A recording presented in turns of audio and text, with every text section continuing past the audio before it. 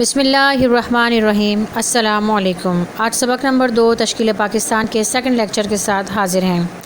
جیسا کہ ہم نے پچھلے لیکچر میں سنا کہ مسلمانوں کے زوال کی وجہ اسلام کے سنہری اصولوں سے انحراف تھا، تو ایسے میں کچھ علماء اور دینی شخصیات نے مسلمانوں کو دوبارہ سے اسلام کی طرف لانے کے لیے جو تحریکیں شروع کیں، وہ تحریک احیاء اسلام کے نام سے جانی جاتی ہیں، جس میں سے آج ہم شاہ ولی اللہ کی تحریک کو ڈسکس کریں گے۔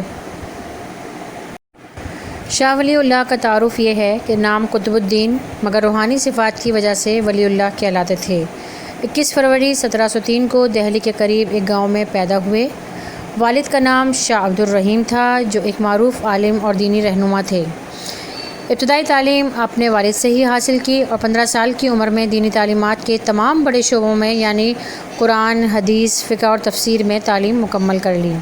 17 سال کی عمر میں والد کی وفات کے بعد وہ اپنے والد کے جانشین مقرر ہوئے اور مدرسے کے شیخ نامزد ہو گئے اور مدرسہ رحیمیہ کا نظم و نسق سنبھالا۔ اب ہم دیکھتے ہیں شاہ ولی اللہ کی تحریک کی سیاسی خدمات۔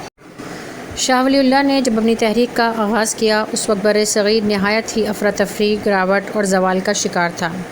شاہ ولی اللہ نے باریک بینی سے مسلمانوں کے زوال کا باعث بننے والے عوامل کا جائزہ لیا اور اسلامی تعلیمات اور اقدار کے احیاء کی منصوبہ بندی کی۔ شاہ ولی اللہ نے اس وقت کے مغل شہنشاہوں کو خطوط لکھے اور مسلم معاشرے کی زبوں حالی سے آگاہ کیا۔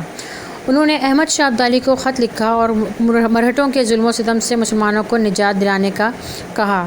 جواب میں احمد شاہ ابدالی نے پانی پت کی تیسری جنگ میں مرہٹوں کو عبرتناک شکست دی اور اتنی عبرتناک شکست دی کہ مرہٹے پھر نہ سنبھل سکے۔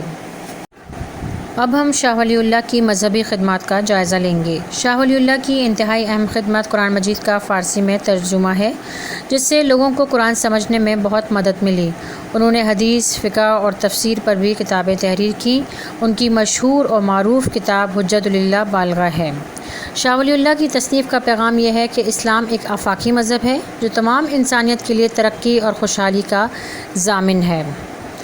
آخر کار اسلام کی تبلیغ اور اپنے آپ کو اسلام کے لیے وقف کرنے والے شاہ ولی اللہ 20 اگست 1762 میں 59 سال کی عمر میں انتقال فرما گئے۔ ان کو انڈیا میں ہی دفن کیا گیا۔ ان کی وفات کے بعد ان کے صاحبزادے اور جانشین نے دہلی میں مدرسہ رحیمیہ سے ان کے مشن کو آگے بڑھایا۔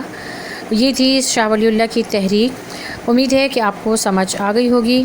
شکریہ۔